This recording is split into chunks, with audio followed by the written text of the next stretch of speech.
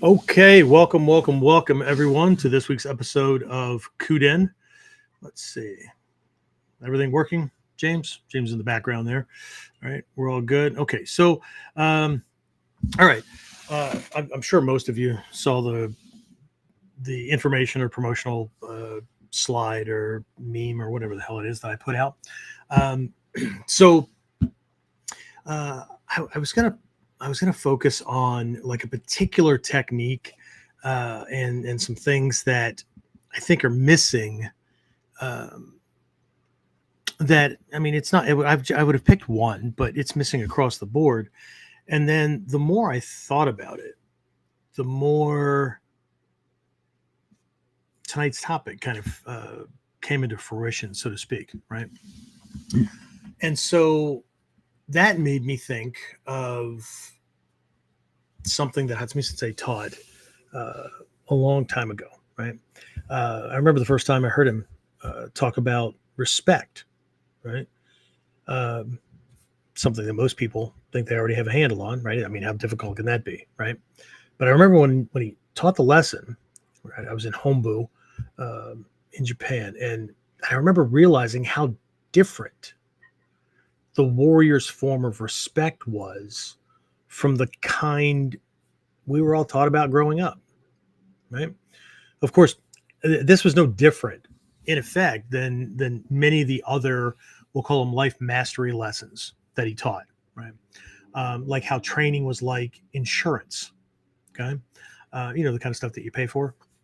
But this is the kind that pays off before you need the normal kind, right? That makes everyone feel safe, but ends up paying off after you get sick or injured or dead, right? Not alive. Sorry. Some of these algorithms are going to boot me because I used a word that is triggering. Well, it should be, right? Anyway, during this particular class at Hombu, right, he said something that really stuck with me. I mean, this was decades ago, right? What he said was, is a warrior respects his opponent's intent to harm him and therefore positions himself in a way that makes that intent and carrying out that intent as difficult as possible, right? That one line completely changed how I looked at not just respect, right? And not just the difference between the two forms, right? But the way I looked at training, the way I looked at strategy, even life, right? Because what most people call respect is only half the story, right? So we're going to dig into that lesson and what it really means to live by the warrior's code of respect, right? Right after we get started. So I'll talk to you as soon as we get back.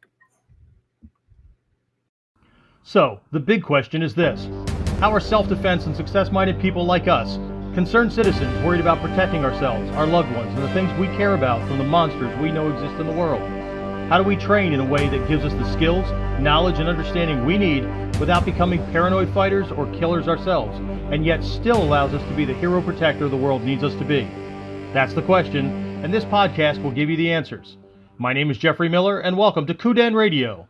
Real training for real people in a real world. All right.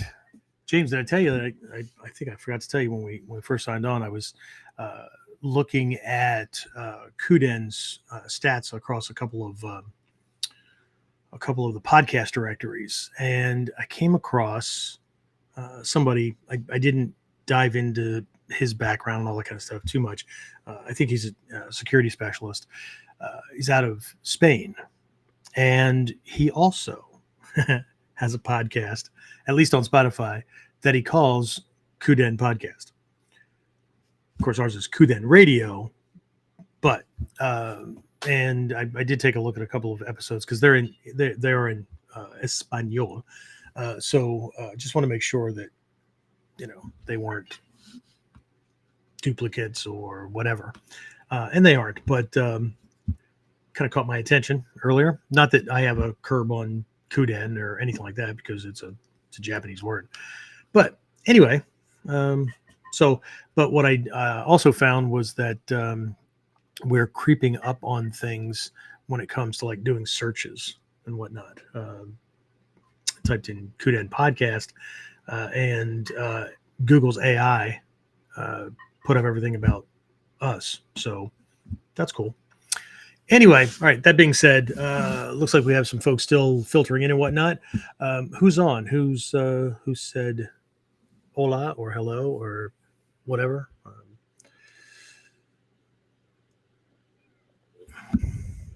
Are you there? He's there.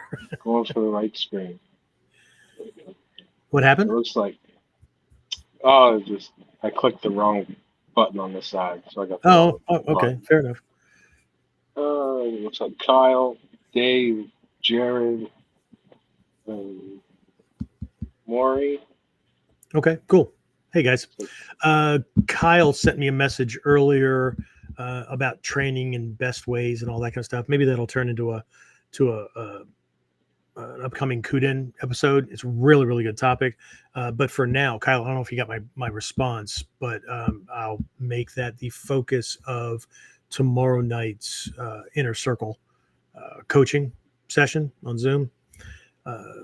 That's for our closed door inner circle members and stuff. So either way, really good topic. So in all of your attempt to not be wordy, good topic. So, but I got to thinking that maybe that would make a good KUDEN thing as well. And for everybody, I don't want to leave you hanging. Kyle asked about best use of time and effort when it comes to planning out like training sessions, right? The tendency for a lot of folks, I won't even say most, but most that I've encountered, is to continue to practice what they're already good at, and or just kind of fly by the seat of their pants, or make a snap judgment that because they don't have a training partner, they can't train at all. James, you might have heard that once or twice, right? Because somebody Once or twice. Yeah.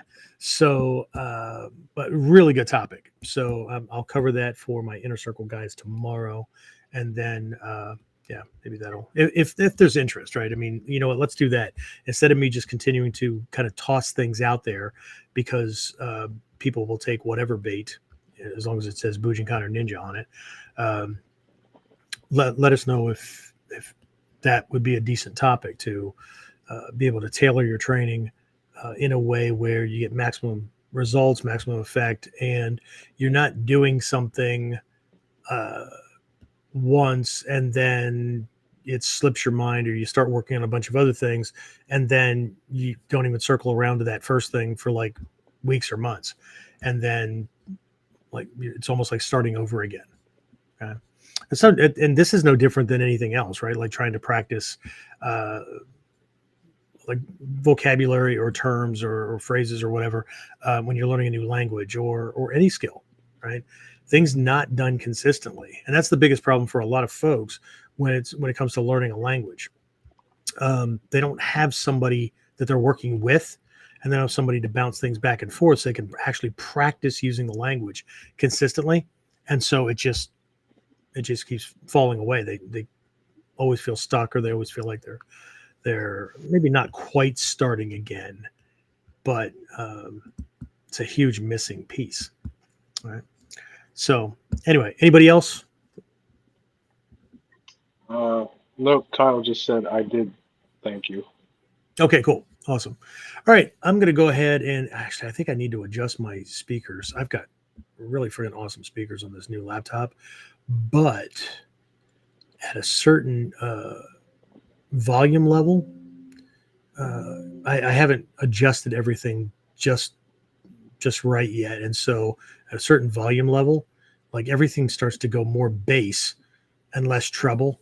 And James, you already have a deep voice, so it sounds like you're going deeper underwater and trying to talk to me through like a diving bell mask or a so I don't want to turn you into like Charlie Brown's teacher. All right, so that being said, Let's jump into things. Let's see. Let me bring up my notes here. All right. So I was going to bring up my notes. What happened? There we go. Okay. So the topic for this week is right? Respect. Kind of. We have to remember that a lot of Japanese terms, just like a lot of terms in English, and I'm sure in most languages, they do not literally mean what they've come to mean.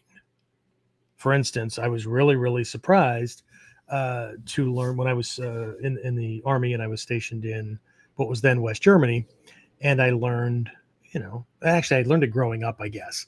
I learned the literal definition when I was in Germany. But growing up, I grew up in a very Pennsylvania Dutch family region and whatnot, which is kind of Netherlands Dutch, but mostly German, right? And so somebody would sneeze and somebody would say Gesundheit, right? Awesome, fantastic, Gesundheit. That must mean bless you.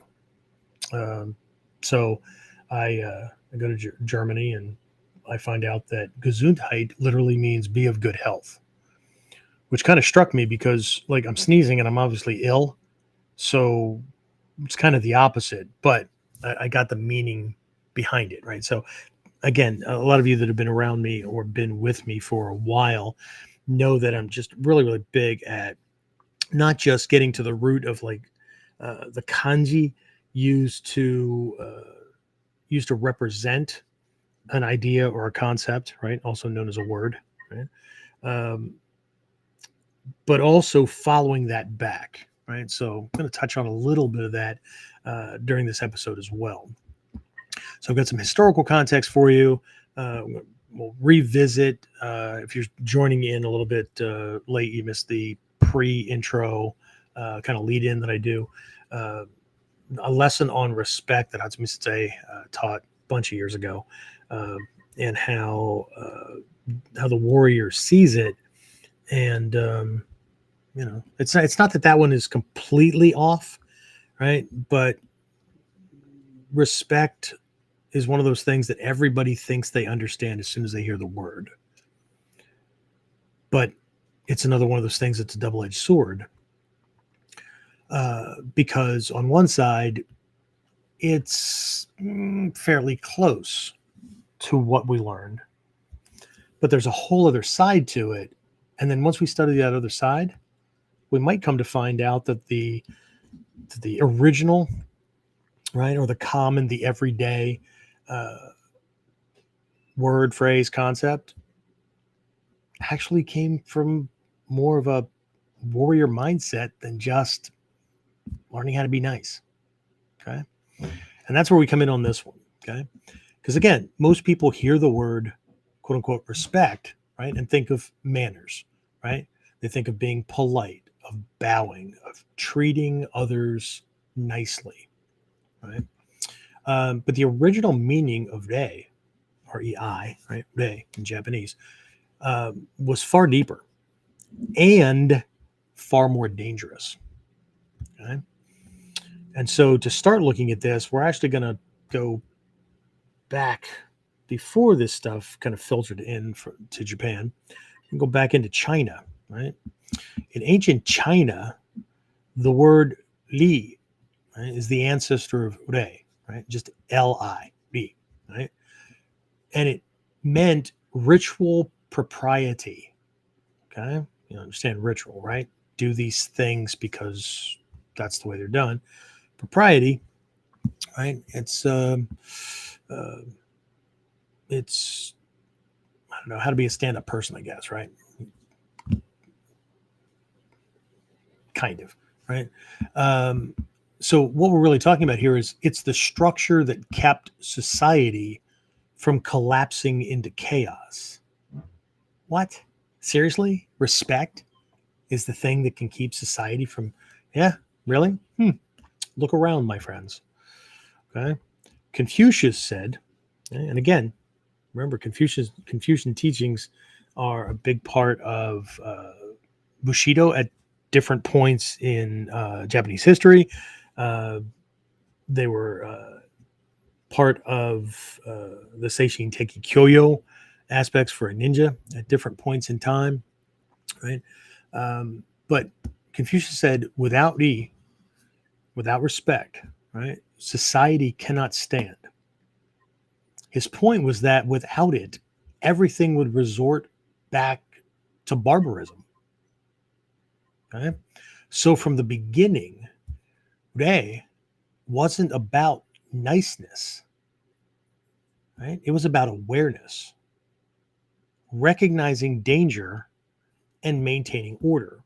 And a couple of stories for you during this one that are directly connected to teachers. Obviously, I have one about Hatsumi Sensei, which kind of led to this one. But I have another one, right? That was just one of these little incidental moments in training, and how it pointed right back to the same thing. All right? So when the samurai adopted Rei, right, conventionally respect, right, they transformed it into a moral discipline, right? The framework that held righteousness in place. Okay.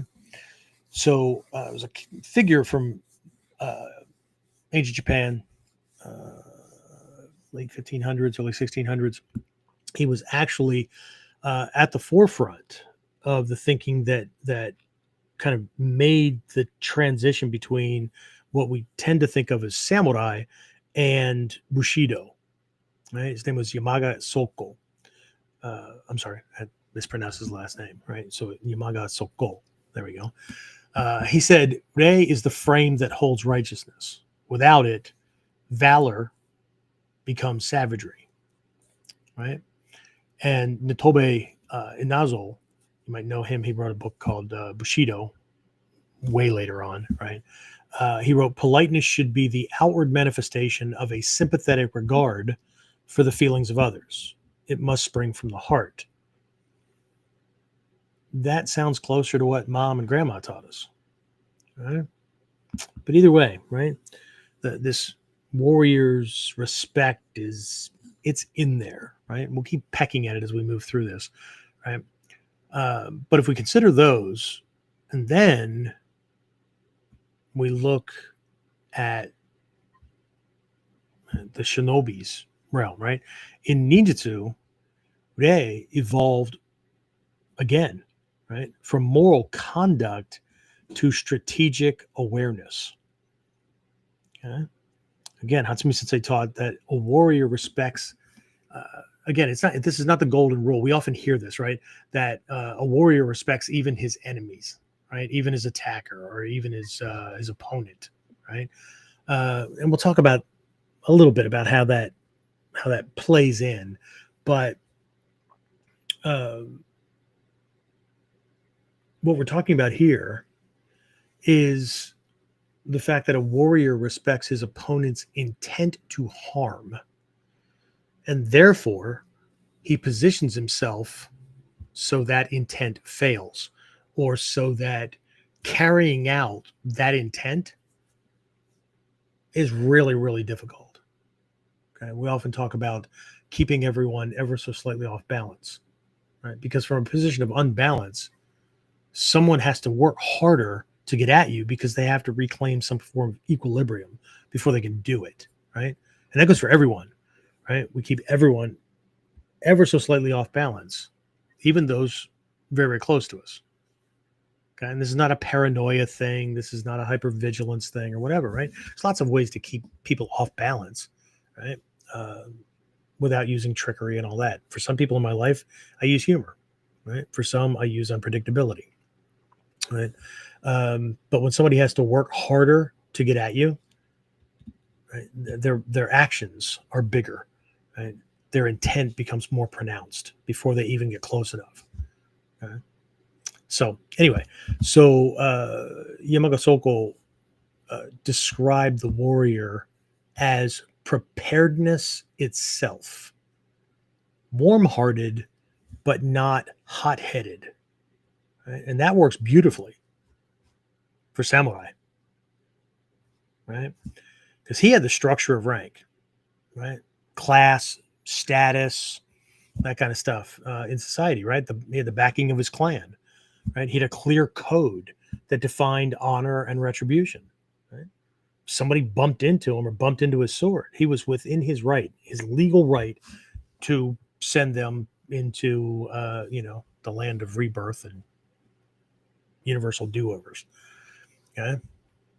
But for the ninja, right, that was a luxury that he or she could not afford. Right. You see, the samurai's world, right, it allowed him to react. Okay. Someone insulted his family, he could demand satisfaction. Okay. Someone questioned his loyalty, he could draw steel and defend it. Okay. The system supported it, it even celebrated it. Okay. But think about the ninja, right? That single act of protecting one's honor, right, could destroy the mission, could expose the team, could get him killed, right? It could follow all the way back to the clan. I'm using the word clan a lot today. For us, think family, think people we care about. Okay, so for a ninja, right, his entire life depended on knowing the difference between emotion and purpose, which is why Fudoshin, emotional regulation, is even more important. Okay, the shinobi couldn't afford arrogance, anger, or what we might call moral indulgence. Right? How dare you? I am. Right? His respect was expressed through humility, through the ability to perceive every danger clearly, right? To move only when necessary and to disappear when wise. The line between awareness and overreaction could mean life or death. And that's why, in my opinion, people are drawn to the ninja's world, right? This whole mystique. But once they realize what's involved, most people settle into the samurai's world, that type of warriorship. Right? I've often made this correlation in the past where this is like the difference between being in law enforcement, federal, state, local, it doesn't matter, right? And being in MI6, CIA, NSA, whatever, right? Where if one dies in the line of duty or acts in the line of duty, right? On one side, pictures in the paper, all kinds of stuff, right? The other realm, never even knew it happened. Okay? If somebody dies in the line of duty, there's big celebrations, memorials, there's something that goes up, name, everything, right?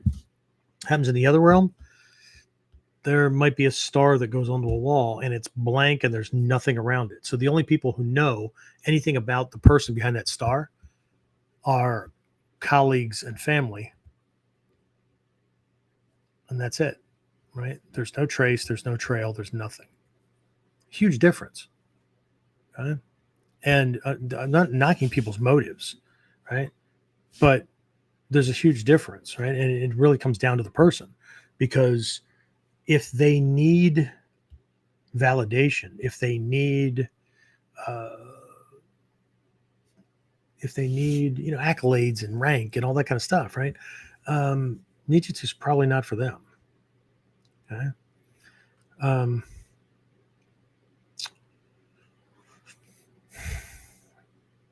Now we'll see if that comes back. Anyway, so again, the ninja's discipline isn't glamorous, right? It's invisible by its very nature. I mean, if anybody knows, and I think a lot of you do, right? The history of Takama Sensei, right?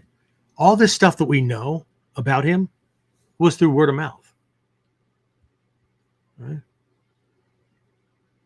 He you know, 33rd Grandmaster, Togakure School, all this stuff, right? Yeah, no, not to his neighbors, not to his friends, not to his family. He ran a noodle shop, right? He loved cats. He flirted with women all the time. Yeah, his wife knew too. Nobody knew that he was who he was until they read it in his obituary. Okay? That's very different, right? That's a different world, right? That's a world that demands restraint, emotional maturity, the ability to suppress ego even when the world pushes every button we have. Right? So while the samurai's honor was external, visible, ritualized, validated by society, right? The ninja's honor was internal, known only by the mission and those who entrusted him with it. Okay?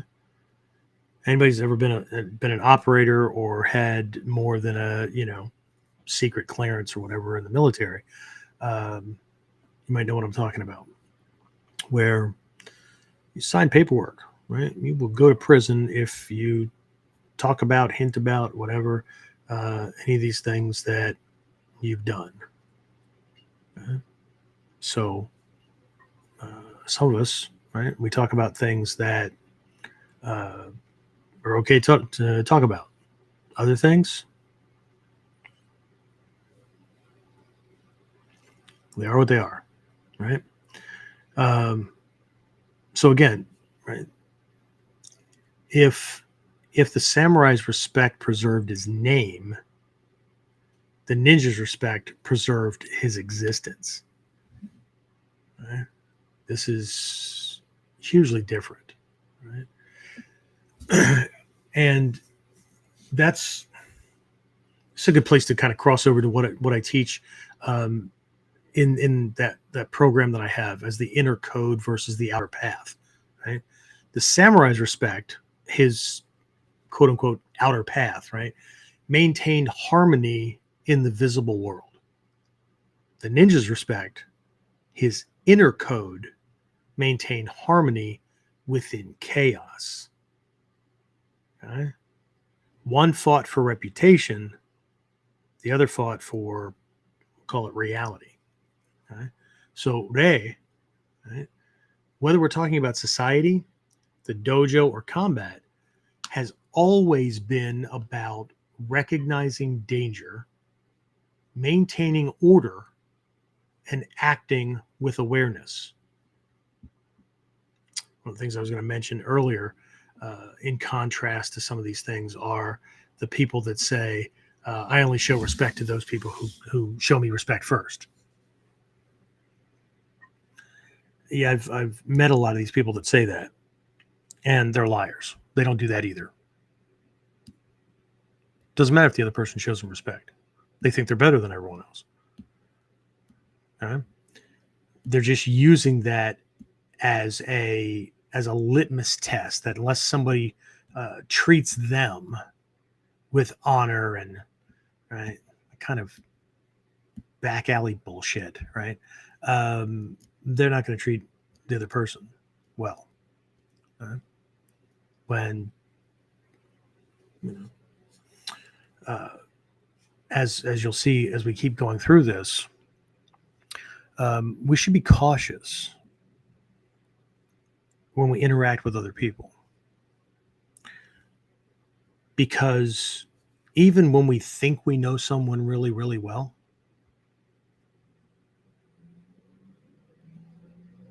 we're never really sure. We can believe we are, but we're never really sure what they're going to do based on what we say, what we do, how we act. Okay? So one of the things I teach my students, adult and youth, first lesson in the door: respect is your first line of self-defense. Okay? Now, I leave it at least for the beginning lesson, that if we treat other people well, if we treat people with respect, whether we like them or not. One, it says a whole lot more about us than about them. Right? But if we do that, then we're only ever going to have to use our physical techniques to protect ourselves against somebody who's going to attack us, no matter how nice we are, no matter how respectful we are. Because some people are just that way. Some people didn't get the memo. They didn't get the lesson. So again, let's go back to the little lesson from Hatsumi Sensei at Hombu, right? Again, this was during one of my trips to Japan. It's at Hombu. And Sensei was moving through a series of techniques with students, whatever. We're doing our thing, right? And he points out something and then very quickly diverges to this lesson, right? He said, you must respect the attack, right? Not the attacker, the attack. When it comes to the attacker, you must respect their intent, right? And what he was talking about, what he explained was that most students were ignoring the attacker's intent, right? Moving too late, too carelessly, I don't know, too proud to acknowledge the danger, or just oblivious, right? And we've had these discussions in the past, right? I remember one episode not too long ago where I discussed the responsibility of the uke, right? And of course, people are at different levels in their training, right? I mean, if somebody's like just learning a technique or they're brand new to the dojo, of course, their attention is going to be on the step 1, step 2 of the technique itself. But once we get that, that's not a moment for celebration. That's a moment to recognize that now the training begins, because I know the model well enough to not have to think about the steps. And now I can think about the actual survival that's going on within that paradigm, right? And I think there's a lot to be said about that, right?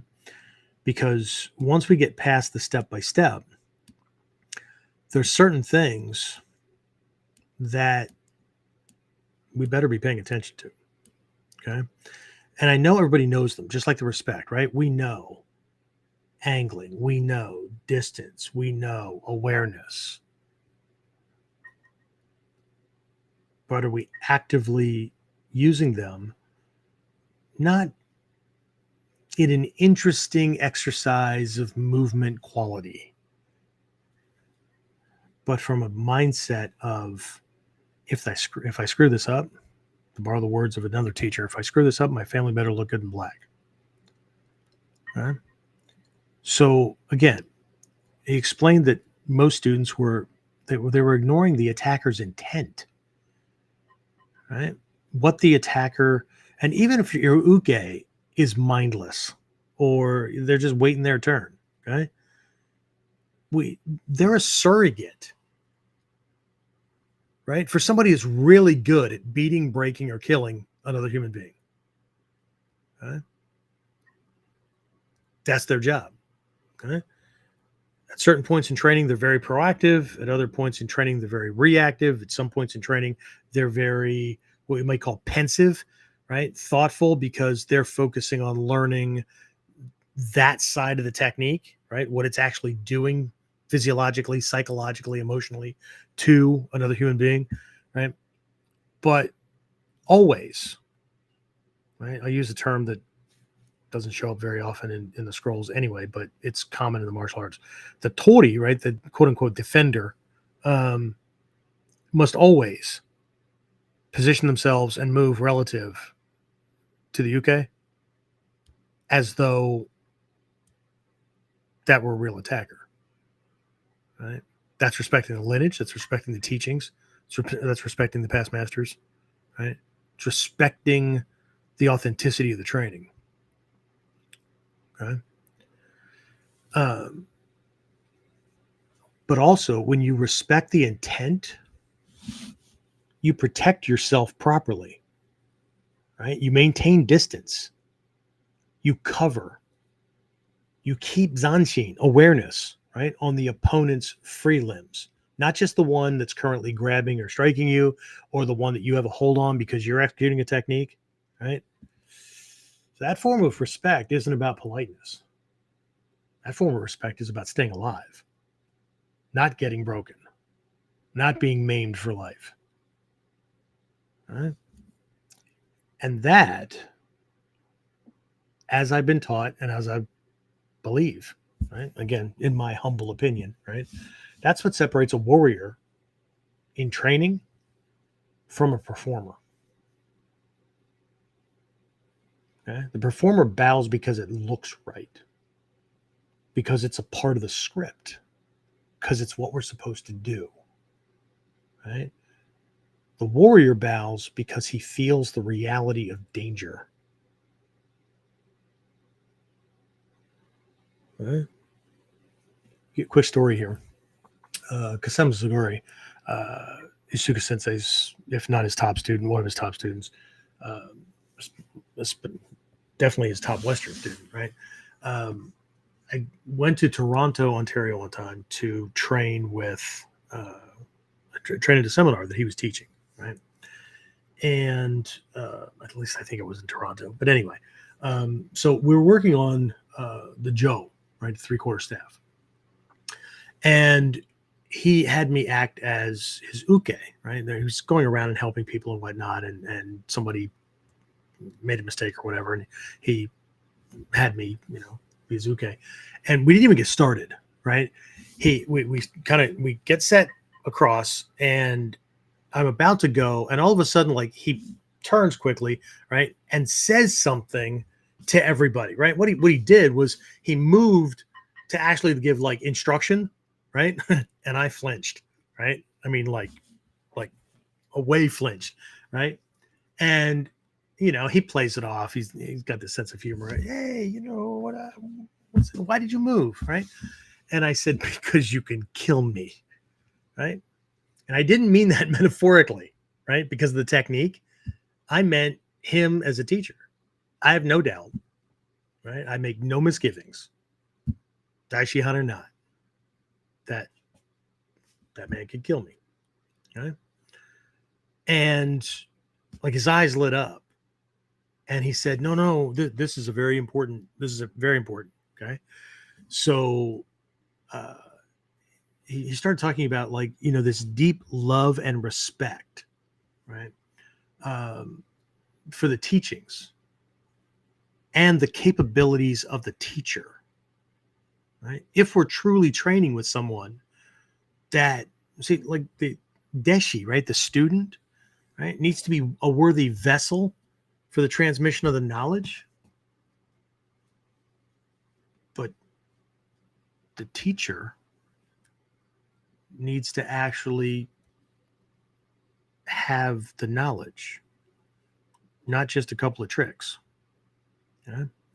And so he's talking about this deep love and respect for not just the teachings, right, but the capabilities of the teacher, right? And again, I'm going to paraphrase, but the question came up: why would an accomplished master martial artist, right, give these lessons to someone who was slovenly, inattentive, or somebody that thought he already knew everything? Right? Right? Soke was really good at showing how to do that, right? How to give the lessons or deal with with folks that were acting like ignorant, immature, needy children. Right? He would treat them that way, right? Not in a good, compassionate way. Right? I've seen him kind of bend over and kind of pat them on the head like a small child. Right? Just kind of smile. They go away. Right? Yeah. Anyway, so before I forget, right, because I often do, right, if you're finding value in these lessons, help a friend, help others on the path, like, share, leave a comment, leave a review, be respectful, be tasteful. Okay. But yeah, so whatever platform you're on, whatever it takes over on that one, like, share, that kind of thing, right? So anyway, this would be a good time for a little interaction break there, James. So questions, comments, anything from anybody at this point? Wet my throat. Just Jimmy said his konbanwa. Kumawa. That's it. That's all I see. Put him to sleep already. Yeah. See, again, this is another one of those topics that people see it and they're like, he's going to be talking about bowing. He's going to be talking about dojo etiquette. It's going to be. I mean, we could do an entire thing on dojo etiquette just based on the kamidana or the kamiza, right? And how it symbolically represents a whole bunch of things that,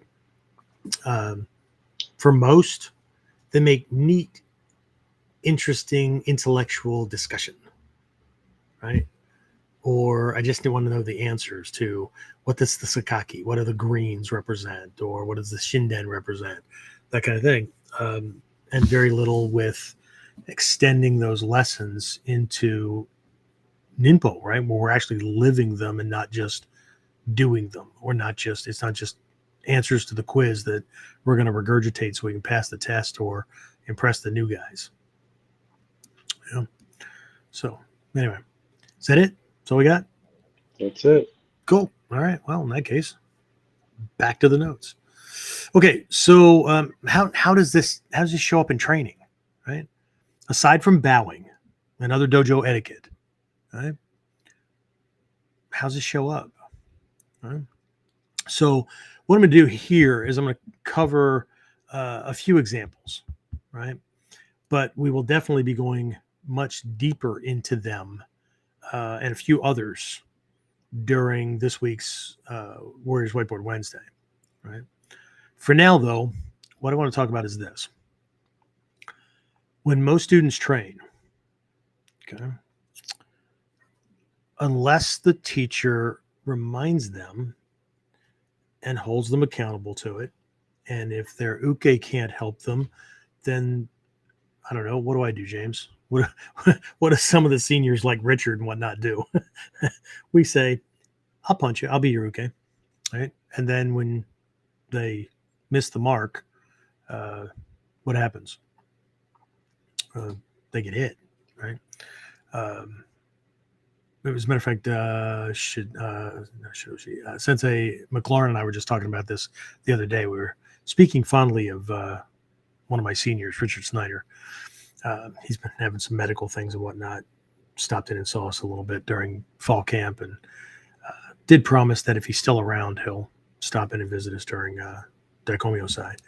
But Sensei McLaurin just chuckles when he, remembers training with Sensei Snyder, because even if he stopped to ask a question and he stayed in range, Sensei Snyder would hit him, right?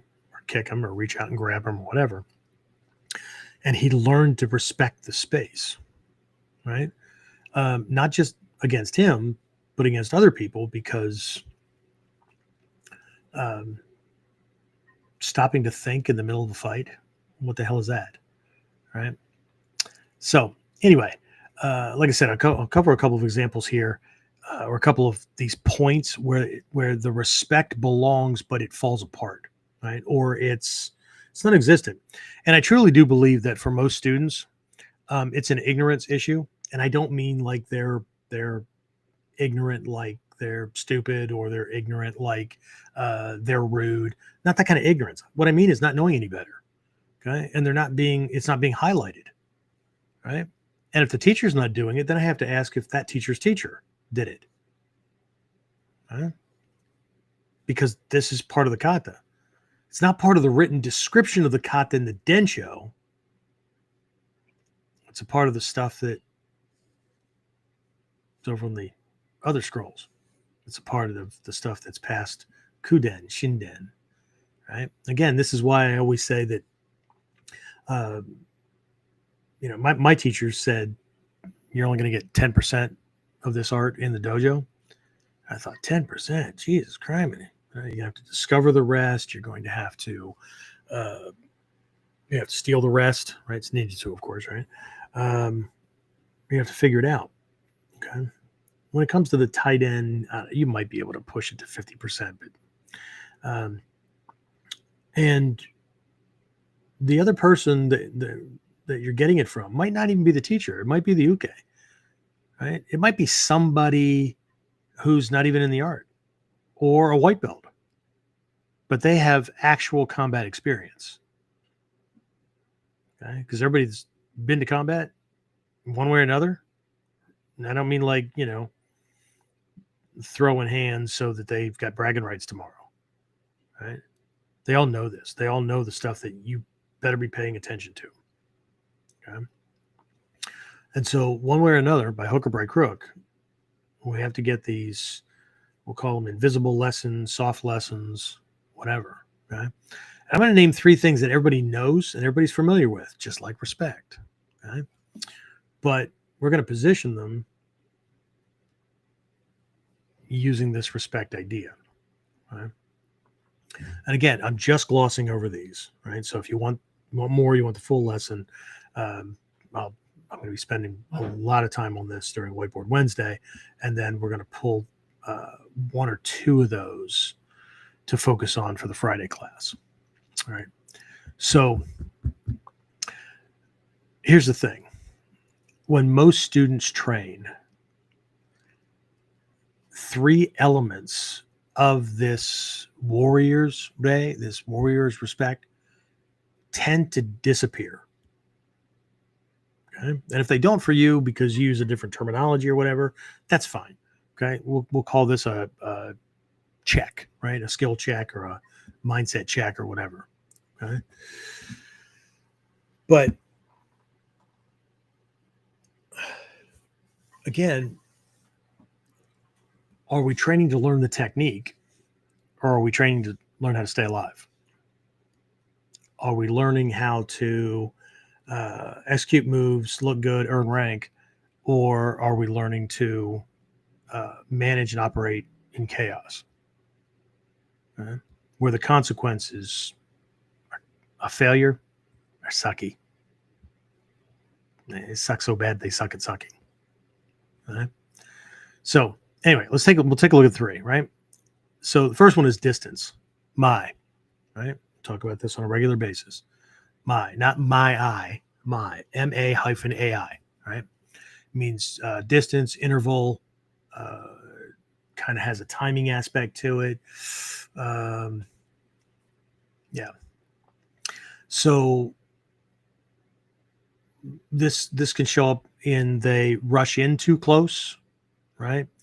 Or they end up like doing a certain move, betting their life that their quickness, agility, or the fact that they got him first, right, will prevent him from throwing that next shot, right? But what they're really doing is breaking safety and awareness. Okay.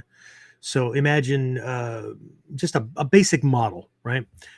We're starting from a kumyuch, right? Some people just call it judo setup or whatever, but kumyuch means fighting in armor, which puts a whole other layer on operating from that position, right? But we'll start from this neutral kumyuch, and so we might shift a little bit, break the grip, right? Move in, catch that arm, turn, throw ganseki, or apply like a muso dori, right? Arm bar kind of thing. Once we get past the moves, then like I start asking students, like right in the middle of the technique, right? They've got, let's say I step in with my right arm to catch their left arm, and I start to turn or whatever, and the student starts to turn, and I go, stop. Okay. What's your left hand doing? I get all kinds of weird answers like, to it's not doing anything because I could hit him, or I could. Well, tell me what you could do. Tell me what you are doing right now. What have you been doing the whole time you've been moving in? The whole time you've been taking his arm. What the hell is that arm doing? What should it be doing? Stop answering a question with a question. Right? I'm asking you, what is it doing? Right? Because if it could be doing anything, well, then I guess you could be like going to the movies and picking your seat. Get it? So, right? But what's it doing? Because until you have him, it should be covering. It should be distracting, which is a form of cover in front of his eyes or whatever. It should be between my body, my targets, and his free arm. Because if he slips this, that other thing is coming. If he already has a weapon in that hand, it's definitely coming, right? If he locks down on this thing because my positioning was off, right? Shit happens, right? It's coming, okay? So I need to be covering against it, right? Until his chest opens up and he's moving on that center line and being thrown, right? Where the moral response makes that arm go away and his legs are tied up and helping him not fall down or trying to catch him. All of his weapons, any of his weapons can be brought to bear. Okay. Same thing. Omote gyaku, ura gyaku, ichimonji no kata, right? What the hell is the lead arm doing while the rear arm is coming in with that shito, right? What is the right arm? Let's say I'm doing a right arm shito, right? What is that forearm and elbow unit doing? As I'm delivering it's connected to the hand, so it's delivering a shito. That's it. That's all it's doing. Interesting. Because all weapons in ninjutsu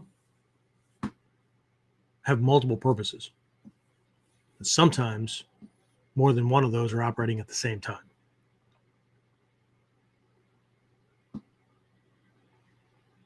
Like in Ichimonji no Kata. That forearm and elbow are in a shielding position just in case something happens on the way in. I don't care if it's horizontal. We do things like that where the elbow comes around as a feigned strike, or we come in this way, right, and then deliver it. Interesting. Okay. Anyway, speaking of which, right, we have cover and shielding. Okay? They block instead of protecting the center line intelligently, or they do an uke nagash to catch the arm while leaving targets wide open to his trailing arm, trailing leg, whatever. Well, the Densho says uke nagash. Yeah, there's a lot that's not said because there's an assumption that you know what the hell you're doing. All right? Our lineages start at a point way down the line for where most people in today's world should start with fight, self-defense, whatever, training. Okay? Because most people that would have come into the training back in the day were already well accomplished. Actually, most that came in were raised in the family, so they started in childhood playing games that kind of work through these things, right? But where does their mind go? What are they paying attention to? We need to know uke nagash, uke uch, whatever, right? Parrying, call them whatever you want, so well that we don't have to pay attention to our arm making contact with his. We got to make sure it's right. Well, yeah, that's why we focus on the sense of touch and not the sight. That's why we use Metsuki, right?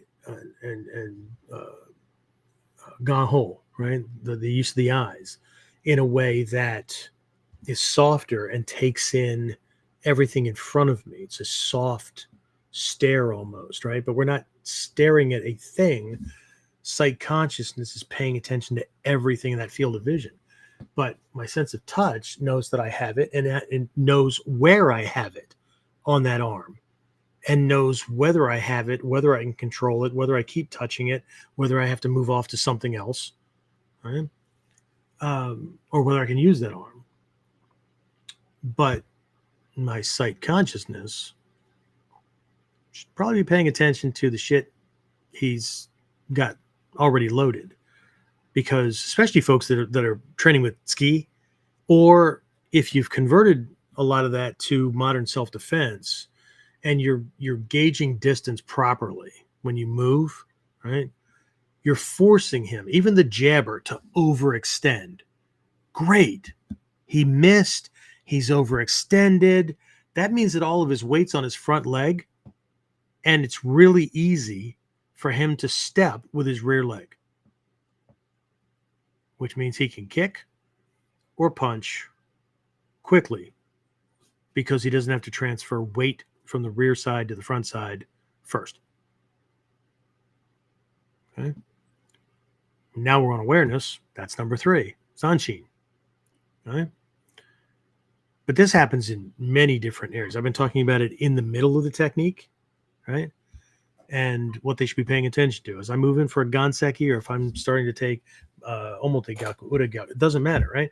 I'm paying attention to the other side until this thing is locked and it's a sure thing. And it's not a sure thing until his feet leave the ground or he's collapsing to the ground. All that's a problematic, right? But it goes beyond that. Okay. And I've done entire episodes and Whiteboard Wednesdays on zanshin as well. Okay? They finish the technique and they drop awareness. Who was in for class? Was it Friday or last Tuesday, maybe, when I talked about the fact that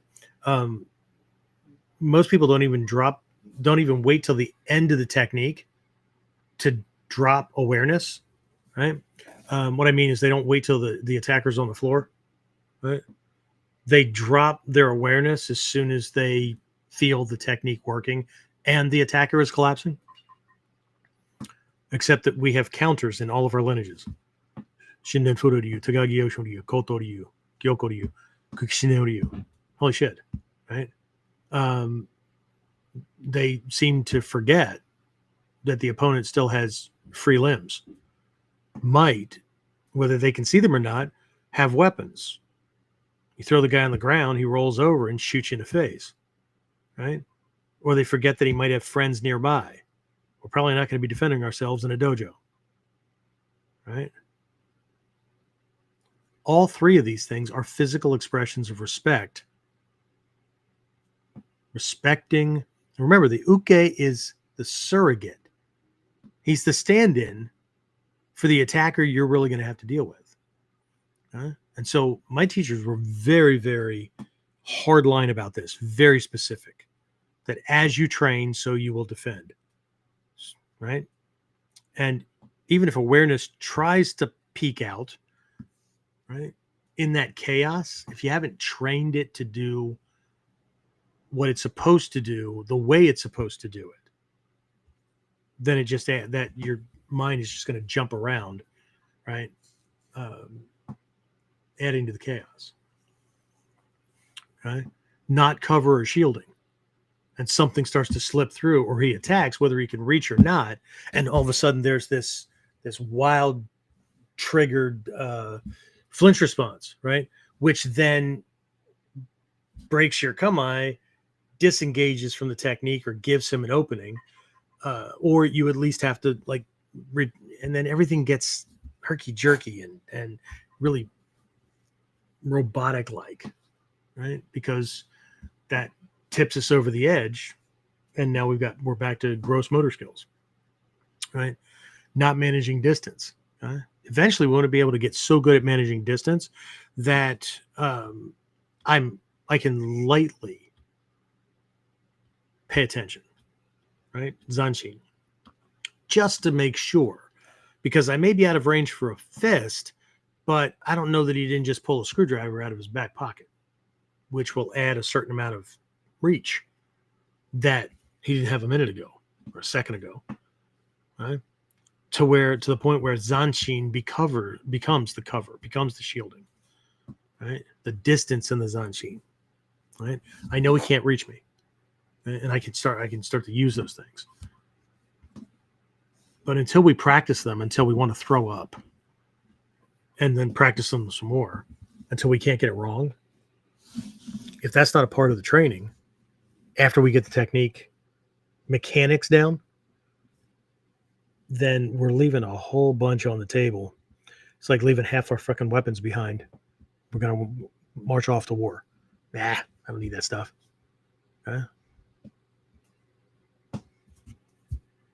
Got my pew pew. Anyway, like I said, I'll go much deeper into these during Whiteboard Wednesday, right? But remember what I said. These are respect. Okay, you respect distance because it keeps you alive. You respect cover because it guards what's sacred, your center, the life-sustaining systems. You respect zanshin because it acknowledges reality. The fight's never truly over. Right? We have to stop training like we're going to be in a dojo with a partner dressed in a gi, and unless we're training with weapons, he won't have a weapon. Right? And by respecting these things in training, right, we also respect the art and the past masters who passed these teachings down to us. Okay?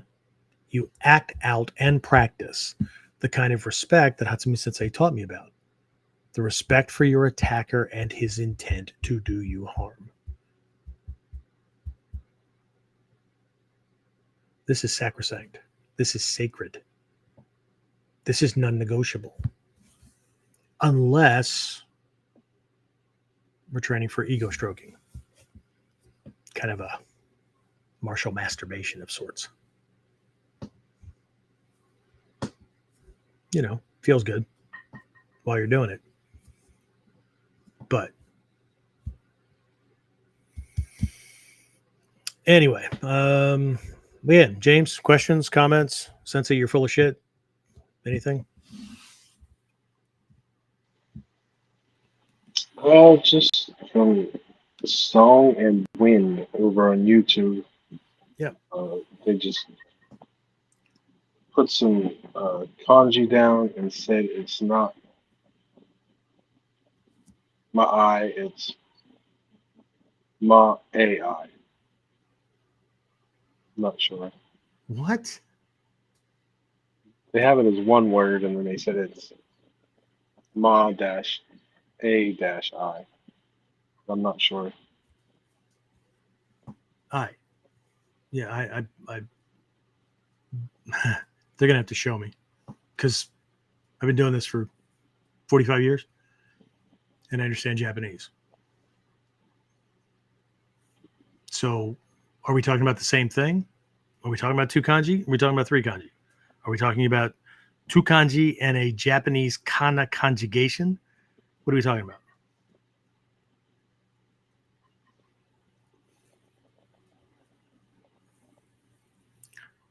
Okay, so that being said, anything else? No, that's it. Okay, thanks.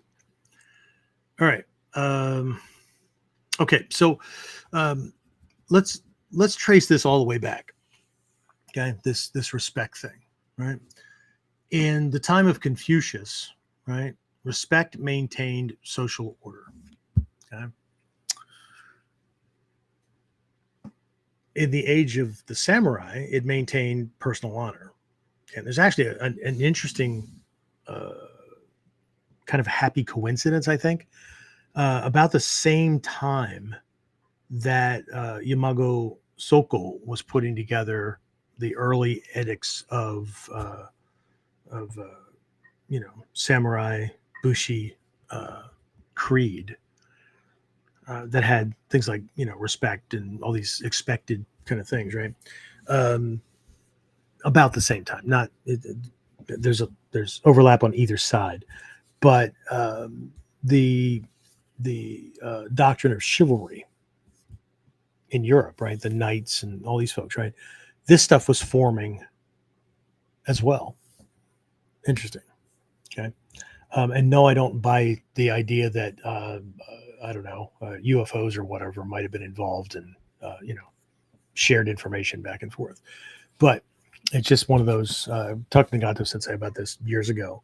He said, people come up with these little ideas and stuff like that. And it's just, humans are humans, right? And development moves you through certain things. And sometimes it's just a happy little coincidence. Okay. Don't make too much of it. Okay?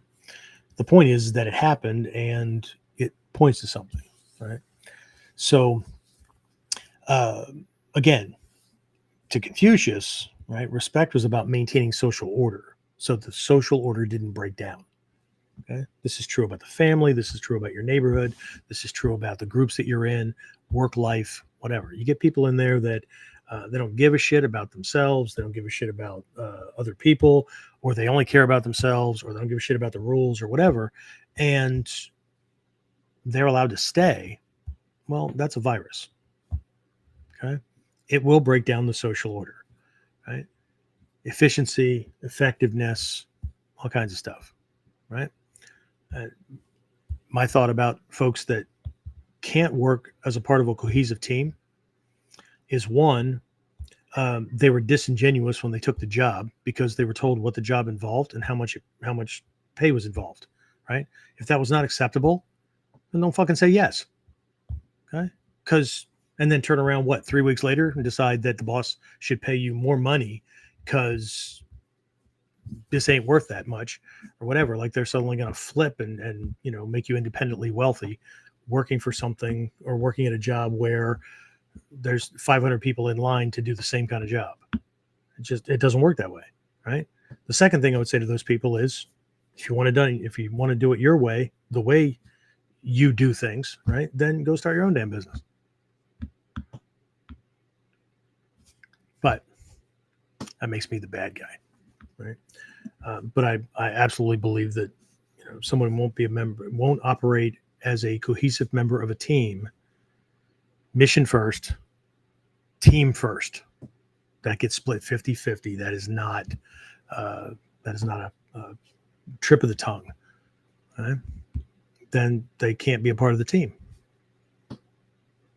And the only people who are going to scream unfair about that are ones who want something for as little input on their part as possible. I want all the benefits. They just don't want the responsibilities and the work. I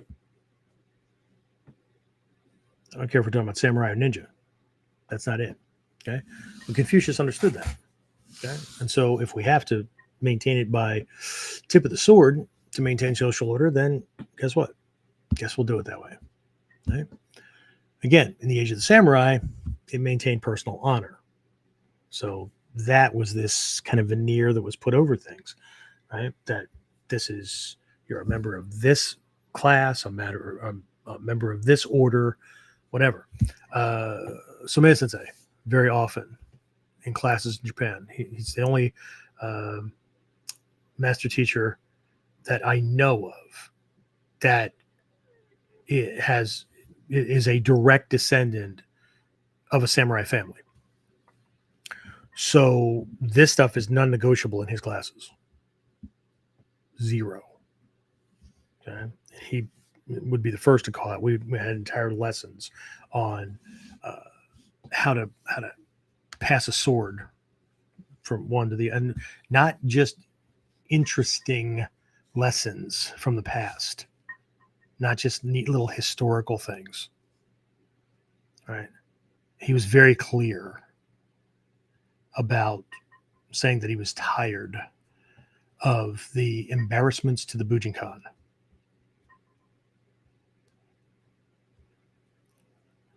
Because they would go to sword shops or they would be in public or whatever, forgetting that they were in Japan, not in their home country, learning a Japanese martial art, and that it was their responsibility to learn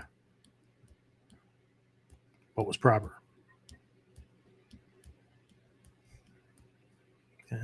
So anyway, and in the way of the ninja, right, it maintained life itself. So in every form, Rei was a protective system, a code for survival. right? Whether in the court, the clan, or the chaos of a battlefield. Okay, and that's why I say that Ray isn't about being nice. It's about being aligned. It's about being aligned with danger, aligned with purpose, and aligned with truth. Okay? So I'm just going to keep going with this at the moment because I've been thinking about this for a long time, not just today for a couple hours, but I mean, we're on years. And some of you have heard me discuss some of these things that kind of get bastardized in life, right? That people come up with ideas about how things were and how unfair or misogynistic or whatever things were, while being absolutely ignorant to history. Right? It's like the ones who get so caught up in the warrior fantasy, right? I only want to do it the traditional way. I want to stick to. James and I talk about that. It makes us laugh, right? Just how traditional do you want to get, Bubba? Okay, because there were certain traditions that, well, if you're going to do that, then let me know. But yeah, no, I'll abstain. Thank you very much. Okay. Even what we call good manners today, right? Think about this: saying please, saying thank you, shaking hands, showing courtesy, right? Can be traced back to times when disrespect could literally get you killed. Now people just assume shit. They can do whatever they want, right? Somebody holds a door for you, you just walk right on through, right? Don't acknowledge anything, whatever. Okay. And I'll say it again. People should be very, very cautious, because to assume that the other person will not punch you in the throat or stab you in the back because, well, they'll get in trouble. There's laws for that. Yeah, and you'll still be dead. Not you. You guys are enlightened, right? But to act like we know how people are going to operate because, well, so far in my life, I've been a douche and like my family and friends don't say anything about it, right? Or, whatever. Okay. But don't confuse the fact that many people write off behavior as, well, that's just Bob. That's just Morimoto, whatever. I'll pick a name here so it doesn't land on anybody's ego, right? That doesn't mean everybody's going to do it. Right? Trust me, as an ex-cop, lots of surprised victims. Except I'm not sure if they were a victim because, philosophically speaking, it was their mouth that started it. They started the attack, and he finished it with a blade or a bullet.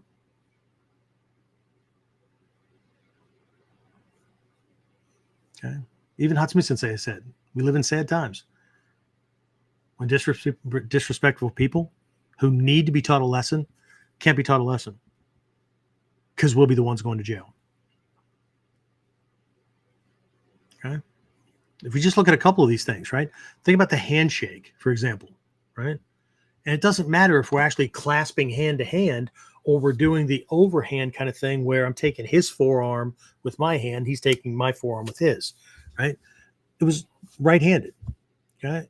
It's a mutual agreement to not draw weapons. Well, how's it a mutual agreement? Because I'm my weapon's on the opposite side. I'm tying up my weapon wielding hand. Yeah, but you could. I could, but often there was a step forward, there was a reach, that kind of thing. So if somebody did that, well, okay, right. But remember, those were times too that saying you're sorry doesn't get you your honor back. Okay, but it was a show of this agreeability, right? We have this discussion, right? The bow, right? A moment of vulnerability that says, I trust you to not attack while I acknowledge your presence. Okay? I have to cover this stuff with my students quite a bit because there's all this bullshit in movies and other stuff that I've encountered along the way, right? Rook a eye, always rook a eye. Like if you don't look the guy in the eyes, then, he can get a sneaky shot in on you. Really? It's not my experience. As a matter of fact, in the East, if you look at somebody's eyes while you're bowing, what you're saying is, I don't trust you.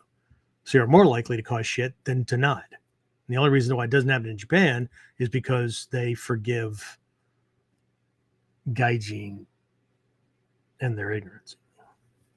Of course, they would never say that. But one of the things about learning and understanding Japanese is how to translate other people's lies. And Japanese language has a lot of, we won't call them lies. We'll call them obligatory statements. Because to say things directly would be rude. But you're supposed to be able to translate that polite slap in the face. Right? So, the next time you're bowing, instead of doing it at Western handshake distance, back up, like double arm's length at fingertips, and bow from there. Or watch the way they bow in Japan. How far away? Right? Because if we bow, I keep my eyeballs looking straight out of my eye sockets. Not at him, because when I bow, if my eyeballs are pointing straight out of my eye sockets, I'm 5'6". So when I bow, my gaze is now looking at a point on the floor about 6 feet away if there's nobody in front of me. If there is somebody in front of me, right, I'm beyond arm's reach, and I can see from his at least elbow, if not a little bit higher, all the way down to his hands, and I can see his legs. So unless Joe Cool Jackwagon has a freaking alien that comes out of his chest or his throat and attacks my skull, how's he getting a sneaky shot in? And if I'm mindful as I bow and I'm not just going through the motions, then I'm aware, I'm paying attention. Right? So it's mutual vulnerability, right? On the battlefield, you were way farther away. I know that there are combat bows. We're both kneeling, have our sword, or we have a spear, halberd, whatever, place a fist on the ground and bow, looking right at him, okay? That's an obligatory statement. I'm doing it because I'm showing respect to even my opponent. But I also respect the fact that you could try to kill me at any moment. I mean, after all, we are on a battlefield. Right? So I'm doing it because it's expected. But I'm not taking my eyes off of it. Okay? So let's not confuse that with everyday etiquette, but also how the warrior in society applies everyday etiquette, but with a certain mindful edge. Okay? Let's take a look at another one.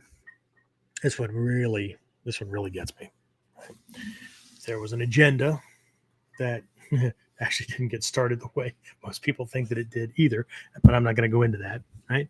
Let's think about the fact that those damn misogynistic knights, right? They made their woman, right, walk behind and to the left. Right? Yeah. Right? Subservience. Interesting. Not from my viewpoint. And not because I believe in owning my wife. Right? Where else would I put the most valuable thing that I cherish in the world? Should I let her lead? Out there telling me about her day while I'm busy carrying the packages or walking up from behind, and then the attack comes from the front, and what do? My sword's on my left hip. If I draw it, she suddenly stops or panics. Well, she's in danger. And even if I don't cut her, now she's in my way and I can't get to them. If she's beside me and I have to step back as I draw, she's in the arc of the cut. If she's over here, she's on the arc of the cut. And if the attack comes from that direction, she's in between me and my ability to get at him. The safest place for her to be is on my left, 1 or 2 steps behind. But this is just from a warrior's mindset. This is from a mindset of where is the best place. Right? I had a guy come to me one time. He was an usher at a church, really big church. And he coordinated training for the minister and the other ushers because they had an internal problem. They had a little love problem going on where Honey and another member of the congregation decided they were going to play a little hanky-panky. And then once the husband found out, she left him, moved someplace, he couldn't find her, whatever, right? I don't know if she was working at the time or not, but the one place that he knew where she would be consistently was in church on Sunday. And she and the new beau sat up front, middle aisle, right front pew, right where she and hubby used to sit. So not only did hubby know where he would find her on Sunday, he knew exactly where in the church he would find her. So they wanted to do some defensive training and things like that. They hoped it didn't make it that far, but you know, what kind of things could we do? So we immediately started laying out a safety plan in multiple layers, right? We're going to move the seniors, as in like the elders, right? The ones that can move the least. I apologize, but we're going to ask you to sit back, right, or mid-right, right? And, ask the guy that came in, right? Wife, children, yeah, wife and daughter. Great. Where do they normally sit? Because we mapped out the church, mapped out the altar area, the sermon area. Where do they normally sit? Well, they normally sit here. Well, for the next 2 weeks, next 3 weeks, until this is resolved, they sit here. Well, my wife kind of I don't care, right? And if you care, we're going to explain this to Honey that the safest place for her to be, based on where his target is when he comes through any one of these 3 doors, it's going to be there. We need to make sure that they're off of all sight lines,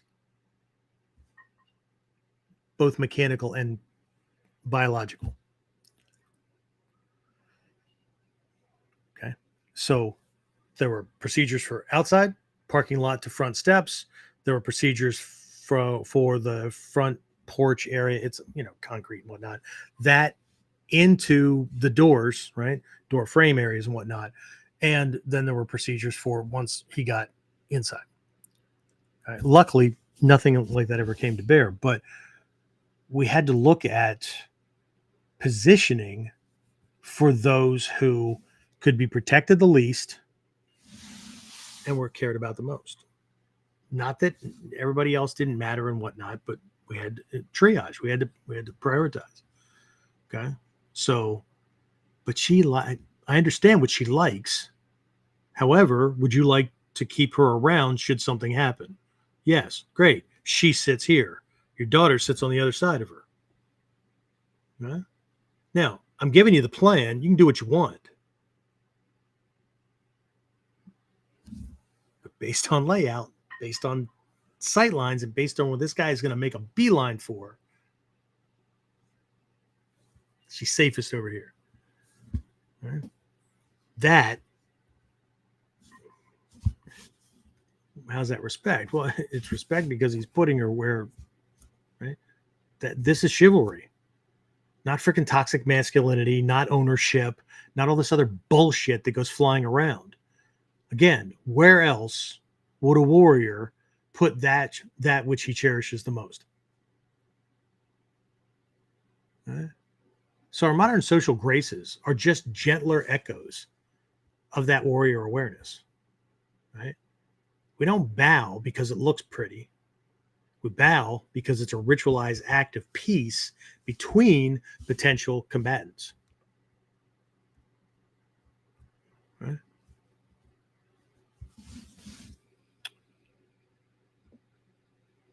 So this is where I see most students today missing the point. Again, just my observation, my opinion, right? I could be so far in left field, I'm parking cars in the parking lot, but I don't think so. Right? They bow on autopilot. They move through kata and treat the training like choreography. Even sparring. I used to be there too. This is not like I'm perfect or whatever. I used to be there too. Okay. Where they're so focused on getting the point or getting their shot to land or whatever, or their trickery, that they're only half paying attention to what the other person is doing. And only so much is so that they can keep the other guy from their punch from landing or landing enough. But in a sparring match, how many other people in the room can come charging at you? Right? Like allies. Can a weapon come into play? Right? Are we watching the other person because of fist and feet and what's allowed, or are we watching them as though anything could happen at any moment? Right? We do this without truly respecting what the kata represents. Some people don't even bother learning the kata because, well, you can't do that shit on the street. Nobody ever said you could. And those who believe you can don't understand the kata either. Right? But at this level, what the kata represents is a deadly encounter that could end a life. Right? We'd like to believe it's always going to be theirs because, like, we got our shit together. But no amount of being the good guy or righteousness or whatever protects anybody. Okay? So make your peace with whatever God or whatever that you believe in, because if you screw up, universal justice says you're getting an introduction. Okay? And if we fail to respect that, we also fail to develop the reflexes, the awareness, and the spirit that real combat demands. Isuka Sensei, his reminder all the time, right? Every time you come to the dojo, you risk dying. His own wife called him a demon. I would second that motion, except that he would kill me. But he had the greatest sense of humor, right? Played Hawaiian music, all kinds of cool stuff. Lived a really good life. But he made no misgivings about, like, if you're fucking up with your taijutsu, right? Which is why a lot of people didn't stay. Right? They wanted to be told yes. They wanted to be told they understood. They wanted to be told they were great, right? But in that dojo, if you weren't being laughed at for making a mistake that you should have known better for, you were being used. You would be given what Isuka Sensei would call experience. He would demonstrate something and turn and look at you and go, experience, which was his subtle Japanese way of saying, you're the uke. You get to feel this. Right? Not do you understand the moves I'm executing? Do you understand the moves he's experiencing? Okay. And there's a lot of respect in that, right? He respected your apparent willingness to learn, because otherwise you wouldn't have been in the dojo. And you respected his abilities and his level of control, that even though it felt like it, he wouldn't break or kill you. That's the connection between a sensei and a deshi. So again, that's why in this week's Warriors Whiteboard Wednesday, we're going to break down day as it applies tactically. Right? I'm going to cover it through distance, cover, zanshin, and a couple of other ones that get missed. Right? And what I'm going to show folks during that training is exactly how to move or how to apply these things in a way that expresses real respect for danger and for life, but for danger, right? How to translate the kata and the techniques and the principles and concepts from this perspective, right? Not with cliches, but seeing these things through a different lens, right? Because when you train with true respect, right? And Hatsumi says that this is a very high level lesson, where, like Hatsumi say, as I was going up the ranks, right, we hit a certain level where he would start teaching about stop worrying about winning or losing. Okay, because if you do that, you're going to lose. Okay, you're going to do stupid things out of a fear of losing, or you're going to do things out of an imperative need to win. Those kind of things, right? But when you train with true respect, when you recognize what's going on, right? Instead of inducing fear or paranoia, right? What ends up happening is you stop trying to win. And when you stop doing that in the dojo, then in life too, you stop trying to win against others, right? And you start winning against yourself, because this is more about self-control than anything else. Okay. And then, I mean, like, that's just a stepping stone, right? Because then we'd start talking about not even thinking about being in a fight, right? Because it's not really a fight if both people aren't trying to best the other, right? Well, then what is it? Well, it's really hard to explain. The other person can be violent. He can be trying to do whatever, right? But he's now truly an attacker. He's made his intent clear to the world, right? But what if you made them a toy? An interesting distraction in your day. Now, how would you treat it? I might explore it. I might kind of move so that I can see whatever, right? Okay. Anyway, let's kind of close this up. We'll take some questions. So, what began as ritual to preserve harmony became discipline to preserve honor. And in the ninja's world, awareness to preserve life, right? So that's the essence of Rei, at least from this perspective, during this session, right? To respect isn't to submit. It's to acknowledge reality, to align with it, and to move accordingly. Okay? And we'll wrap this up with a quote from Hatsumi Sensei, because people tend to like those, right? Ninjutsu is not about winning against others. It's about winning against yourself. But that only works if that's what somebody's ready for. Right? So, until next lesson, right? Keep your awareness sharp. Keep your spirit ready. And keep your respect real. All right. So, that being said, James, what do we got to wrap this up? Questions, comments, complaints? Just Nick Tomlinson said taking notes from, looks like New Zealand.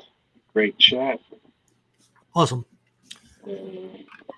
Santa Clara Quito said good day, Master. I'm sorry, what? Good I day. need to adjust my speakers again. You're getting all like underwater warbling. Maybe it's just, hopefully it's just me.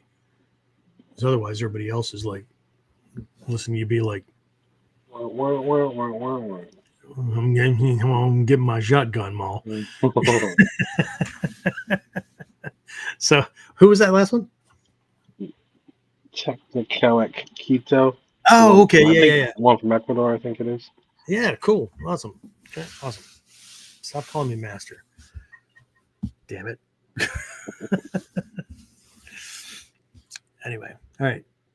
Is that it? That's what we have? And he just said, thanks. I'm going to apply this week. Oh, good. Good. Yeah, he and I started chatting a while back, and hopefully these things are helping as you're applying them, because if I remember, things weren't so great when we started chatting, and hopefully you've got some more control over things and less shit and shitheads to deal with. We'll leave it at that. Yeah. Anyway, maybe one of these days I'll make it to Ecuador. I haven't been to a lot of places in Central America. If I have that right, that should be in Central America. I know my geography. I keep trying to make it to Panama. My grandfather worked on the first rebuild or upgrade of the Panama Canal. And then while he was there, he tripped over himself and founded the very first Boy Scout troop. Did the same thing in Hawaii, did the same. Like, guy's been all over the place. Anyway, we good? Is that it? We're good. All right. So don't forget Whiteboard Wednesday. Don't forget, we've got some of these other programs that you can jump into. If you're looking for some guidance, I'd love to help you, as long as we're a good fit. Let's leave it at that, because I don't do used car salesman kind of stuff. You check out onlineninjaacademy.com. I rearrange things. So our premier coaching programs are there. Everything from Ninpo Masterclass, which is a class or two a week via Zoom, right from our regular classes at the dojo, to Ninpo Mastery and Ninpo Elite, just different levels of coaching. But that'll take you through our white to black belt and beyond curriculum, bunch of stuff. And then I think later or farther down on the page, there are like a la carte programs and stuff that folks can jump into if they're interested in those. I've been getting more feedback from folks based on, was it last week's or the week before's KUDEN, where I suggested doing a 2.0 version of like Ninja Mind and the Ninja no Hachimon, from more of these Ninpo perspectives. So moving into 2026, that's going to be my focus. More on the full, it's not more on, it's what I've always been doing, but I got away from using terms like Ninpo and Tatsujin, which I was introduced to very early in my training back in 1980, early 80s, as the goal, right? This fully actualized human being as the goal of ninjutsu. Return to zero. Husband Sensei used to use that term as meaning being someone of full potential, right? And really getting our heads around the difference, right? How warriors and ninjas specifically look at things and see things, right? Not based on the myth and all that kind of crap, but it's not just something that we do in the dojo, right? And it's not just something. It's not just something. It's not something that it's not the fantasy, right? Because I promise you, there's way more than enough. Keep you busy in this art.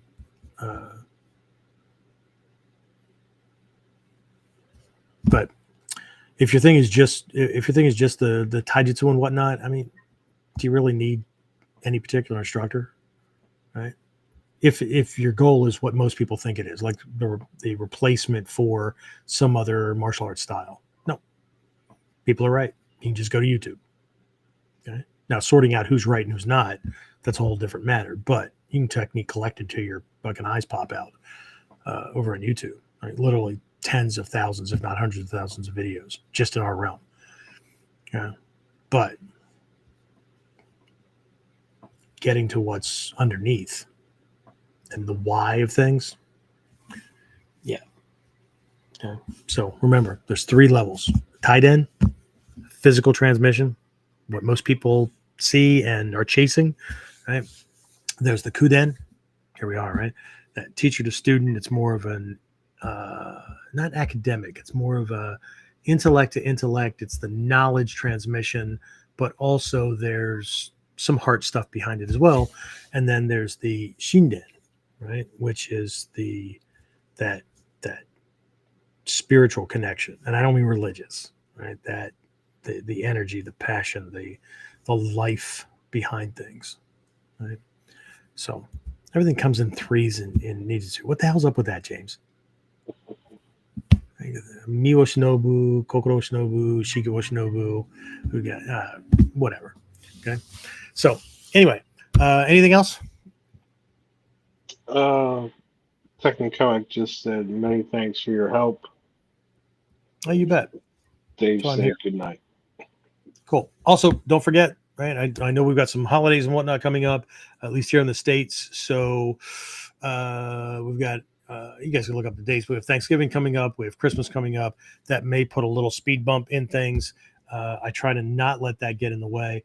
But the dojo will be closed between New Year's, I think a couple of days before New Year's Eve, Christmas Eve, sorry, through into just after New Year's. I think we start back up on January 3rd, physically at the dojo. If you're scheduled to test for December, your test will be January 2nd, I think. And then we have our yearly Daikomyo-sai seminar. Nope, we don't do it in December like everybody else. The reason is because that's what everybody else is doing, and it's also between heavy holidays. So we do it in January. This year it's the 9th through the 11th, and I have chosen the theme. We are focusing on the 0 point concept from the Gyokoryu. Very, very high level concept. Don't let that stop like lower level people from coming, because some of these things you don't start before you need it because of how long it takes to develop it. You start as far back from that as possible, right? It will realign your perspective and help you understand the reason for the lower lessons being what they are and the standards being what they are, because they're necessary for being able to do that other stuff. Okay. But I'll be covering that and little things. I'm almost finished with the events page on onlineninjaacademy.com, where you can kind of check that stuff out. And then, as always, I will have a group of guest instructors, breakout instructors covering different topics, right? And those do not necessarily coincide with the theme. Okay. I know one of my guys is doing something with firearms, but I can't remember off the top of my head. Yeah, Sensei Harris is doing something that way. So, but folks will be getting those into me, and as I learn what they are, I'll add them to the list. Right? And we'll have the information up here shortly for the spring Japan trip. So, got about 7 spots available for people to go. So, if you're interested, let me know. All right. Anything else, James? No, sir. That's it. All right. Thank you very much again. I appreciate it. Couldn't do half this stuff without James. Like when he was ill, like I was fumbling with stuff, right? So anyway, but thanks for being here for episode 283. Hopefully we'll see you around in a couple of weeks when we do episode 300. Couple, right? All right. That's it. I'll see you next time on KUDEN.